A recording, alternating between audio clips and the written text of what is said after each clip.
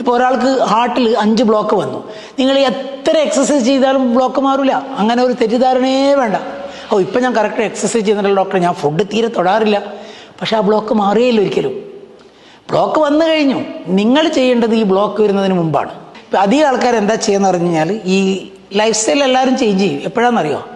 എല്ലാ ഹാർട്ട് അറ്റാക്കും വന്ന് കിഡ്നിയിലെ ക്രിയാറ്റിനൊക്കെ കൂടി സ്ട്രോക്കെല്ലാം വന്ന് നടക്കാൻ പറ്റാത്ത ആകുമ്പോൾ 50 വയസ്സാകുമ്പോൾ പിന്നെ അവർ ഭക്ഷണമെല്ലാം കുറച്ച്, പിന്നെ എല്ലാ ദിവസവും രാവിലെ എഴുതി നടക്കാം. നമ്മൾ പിന്നെ രാവിലെ ഗ്രൗണ്ടിലൊക്കെ പോയാൽ കാണാം, ഒരൊറ്റ ചെറുപ്പക്കാരുണ്ടാവില്ല അവിടെ. 30 വയസ്സിന് താഴെയുള്ള ഒരാളുണ്ടാവില്ല. എല്ലാം ഒരു 60 വയസ്സുള്ളവരുടെ ഇങ്ങനെ ഇത് വളരെ ആർത്രൈറ്റിസ് എല്ലാം വന്ന് നടക്കാൻ പറ്റാത്ത ആൾക്കാരാണ് അവിടെ കൂടുതലുണ്ടാവുക. ഈ ലൈഫ് സ്റ്റൈൽ എന്ന് പറഞ്ഞാൽ ചെറിയ വയസ്സിൽ തുടങ്ങി ഇതൊരു ഹാബിറ്റ്സാണ്. കുട്ടികൾ കളിക്കുക, രാവിലെ തന്നെ കുട്ടികൾ പോയി നടക്കാൻ പോകേണ്ട ആവശ്യമുണ്ടോ? ഒരാവശ്യമില്ല.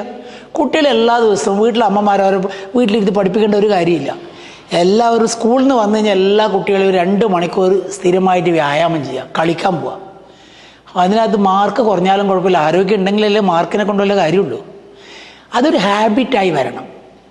അതിപ്പോൾ ഇനി കോളേജിൽ പോവുക, ജോലിക്കായി കഴിഞ്ഞാൽ പിന്നെ ആൾക്കാർക്ക് സമയം ഉണ്ടാവില്ല. വെറും കമ്പ്യൂട്ടറും മൊബൈലും, രാത്രി മറ്റേ ഈ ടി വിയും മറ്റേ മൊബൈലും വാട്സപ്പെല്ലായിട്ട് പിന്നെ എണിക്കുന്ന തന്നെ രാവിലെ എണിക്കുന്ന ഡയറക്റ്റായിട്ട് ഒരു കാറിലോട്ടാണ്. പിന്നെ കുളിക്കാനും ഇതാക്കാനും വരെ സമയമില്ലാത്ത സമയമാണ്. അപ്പോൾ ഇതൊരു ഹാബിറ്റാക്കി എടുക്കണം. എങ്ങനെയാണ് ഹാബിറ്റാക്കി എടുക്കുക? ഹാബിറ്റാക്കി എടുക്കുന്നത് രാവിലെ വർക്കിലേക്ക് പോകുന്നത് നടന്നിട്ട് പോകാൻ പറ്റും, സൈക്കിളിൽ പോകാൻ പറ്റും. കഴിയുന്നത് മാർക്കറ്റിൽ പോകുമ്പോഴൊക്കെ കാർ ഉപയോഗിക്കാണ്ട് ഭാര്യനെയും കൂട്ടി അല്ലെങ്കിൽ ഫാമിലിനെ കൂട്ടി അല്ലെങ്കിൽ ഫ്രണ്ട്സിനെ കൂട്ടി നടന്നു പോവുക. അതൊരു വ്യായാമമായി, അതേസമയത്ത് ഒരു മനസ്സിനൊരു പ്ലഷർ. ഇതൊക്കെ ഒരു ഹാബിറ്റ്സാണ് ഉണ്ടാക്കുക. ലൈഫ് സ്റ്റൈൽ മാറുക അങ്ങനെയാണ്. അല്ലാണ്ട് എല്ലാ ദിവസവും രാവിലെ എണിച്ച് ഒരു 3 കിലോമീറ്റർ ഓടി തിരിച്ചു വന്നു, പിന്നെ നേരെ തന്നെ പിന്നെ അന്ന് മുഴുവൻ കാറിലാണ് പിന്നത്തെ യാത്ര. പിന്നെ എവിടെയും ഇറങ്ങൂല, എവിടെയും ലിഫ്റ്റ് കയറില്ല, സ്റ്റെപ്പ് കയറില്ല, എല്ലാത്തിലും ലിഫ്റ്റ് തന്നെയാണ്. അപ്പോൾ ഈ വ്യായാമ രീതി തീരെ അനങ്ങാത്ത ഒരു സിസ്റ്റം, അത് തടി തീരെ അനങ്ങാത്ത സെഡൻറ്ററി ഹാബിറ്റ് എന്ന് പറയും. ഈ സെഡൻറ്ററി ഹാബിറ്റ് മാറ്റണം. സെഡൻറ്ററി ഹാബിറ്റ് മാറ്റി കഴിഞ്ഞ് കഴിഞ്ഞാൽ അതൊരു ജീവിത ശൈലിയാക്കി മാറ്റണം. അത് കുട്ടികളുടെ ഇടയിലും സ്കൂളിലും നിങ്ങളുടെ വീട്ടിലും നിങ്ങളുടെ കുടുംബത്തിലും ഇത് ഒരു ജീവിത ശൈലിയാക്കി മാറ്റണം. അതുപോലെ തന്നെ ഫുഡ് ഹാബിറ്റ്സ്.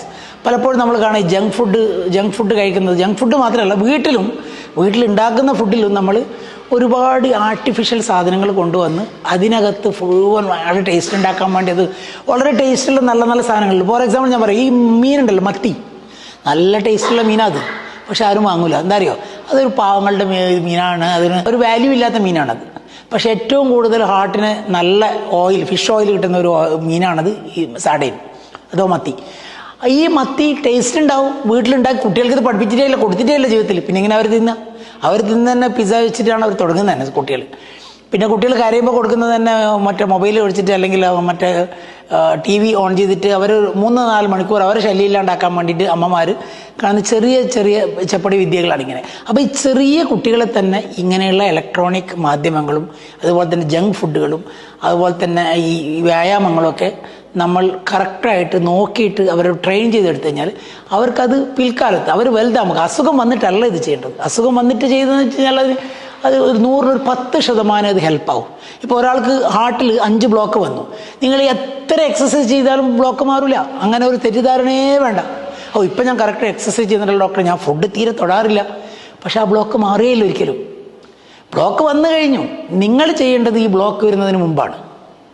നിങ്ങൾ ഷുഗർ കൺട്രോൾ ചെയ്യേണ്ടത്, ഈ ലൈഫ് സ്റ്റൈൽ ചെയ്യേണ്ടത് ഷുഗർ കൺട്രോൾ ചെയ്ത് കഴിഞ്ഞാലാണ്, ലൈഫ് സ്റ്റൈൽ മാറിക്കഴിഞ്ഞ് കഴിഞ്ഞാലാണ് നിങ്ങൾക്ക് ബ്ലോക്ക് വരാതിരിക്കുന്നത്. വന്നു കഴിഞ്ഞിട്ടല്ല ഇത് ചെയ്യേണ്ടത്. അപ്പോൾ എൻ്റെ ഒരു മെസ്സേജ് എന്താണെന്ന് പറഞ്ഞു കഴിഞ്ഞാൽ, ആഹാരം, അതുപോലെ തന്നെ അമിതവണ്ണം, അതുപോലെ തന്നെ എക്സസൈസ്, അതുപോലെ തന്നെ ടെൻഷനാണ് വേറൊരു, ഈ പ്രത്യേകിച്ച് ചെറുപ്പക്കാർക്ക് ജോലി സംബന്ധമായും അതുപോലെ തന്നെ ഫാമിലി സംബന്ധമായും അതുപോലെ തന്നെ വർക്ക് സംബന്ധമായുള്ള പല ടെൻഷനുകൾ ഉണ്ടാവും അവർക്ക്. അപ്പോൾ മാക്സിമം നമ്മൾ ഈ ഫ്രണ്ട്ഷിപ്പ് കൂട്ടാൻ നോക്കുക, കൂടുതൽ ആൾക്കാരെ ഹെൽപ്പ് ചെയ്യുക. ഇതൊരു പണ്ടൊക്കെ ഹെൽപ്പ് ചെയ്യുക എന്നുള്ള പറഞ്ഞാൽ ഒന്നുകിലും ഒരു മതപരമായോ അല്ലെങ്കിൽ വേറെ ചില എന്തെങ്കിലും സോഷ്യൽ സർവീസ് ചെയ്യുന്ന ആൾക്കാർ മാത്രമാണ് ചെയ്യുന്നത്. അതല്ല, ഇത് സ്വന്തം ആരോഗ്യം നന്നാക്കാനുള്ള ഒരു ചെറിയ വിദ്യ മാത്രമാണിത്. നിങ്ങൾ മറ്റുള്ളവരെ എത്ര ഹെൽപ്പ് ചെയ്യുന്നുള്ളൂ, മറ്റുള്ളവരുടെ ഹാപ്പിനെസ്സിൽ നിങ്ങൾ എത്ര ഹാപ്പിനെസ് കാണുന്നുവോ, അത് നിങ്ങളുടെ ആരോഗ്യത്തെ വളരെ വളരെ പോസിറ്റീവായിട്ട് ബാധിക്കും. ഇത് സ്റ്റഡീസാണ്, ഞാൻ അത് പറയുന്നതല്ല. ഇത് എത്രയോ പോസിറ്റീവ്. ഇപ്പോൾ ജപ്പാനിലൊക്കെ ഒരു വില്ലേജിലുള്ള ആൾക്കാർ 100 വയസ്സ് 120 വയസ്സ് വരെ ജീവിക്കുന്നതിൻ്റെ ഒരു രഹസ്യം എന്താണെന്ന് പറഞ്ഞു കഴിഞ്ഞാൽ ഒരു ഇൻ്റർ പേഴ്സണൽ റിലേഷൻഷിപ്പ്. ആരും ആരോടും അസൂയ, കുശുമ്പ്, പൗരവണിൽ അടി, പിടി, പക, വിദ്വേഷം അതൊന്നുമില്ല. ഒരു നല്ല ഒരു സമൂഹം. ആ സമൂഹത്തിൽ ആൾക്കാർക്ക് രോഗം കുറവാണ്, ആയുസ് കൂടുതലാണ്. ഇതൊക്കെയാണ് ലൈഫ് സ്റ്റൈൽ എന്ന് പറയുന്നത്. അല്ലാണ്ട് രാവിലെ അടിച്ച് ഓടുക മാത്രമല്ല ലൈഫ് സ്റ്റൈൽ. ഒരു തെങ്ങിൽ കയറുന്നവനാണ് ജോലിയെങ്കിൽ അവൻ എന്തിനാണ് ഓടുന്നത്? അവൻ അത് തന്നെയല്ല എക്സസൈസ്. അവൻ ഓടേണ്ട ആവശ്യമില്ല. അവൻ്റെ ലൈഫ് സ്റ്റൈൽ അവൻ ബീഡി അടിക്കാതിരിക്കുക, കള്ളു കുടിക്കാതിരിക്കുക, അതാണ് അവൻ്റെ ലൈഫ് സ്റ്റൈൽ.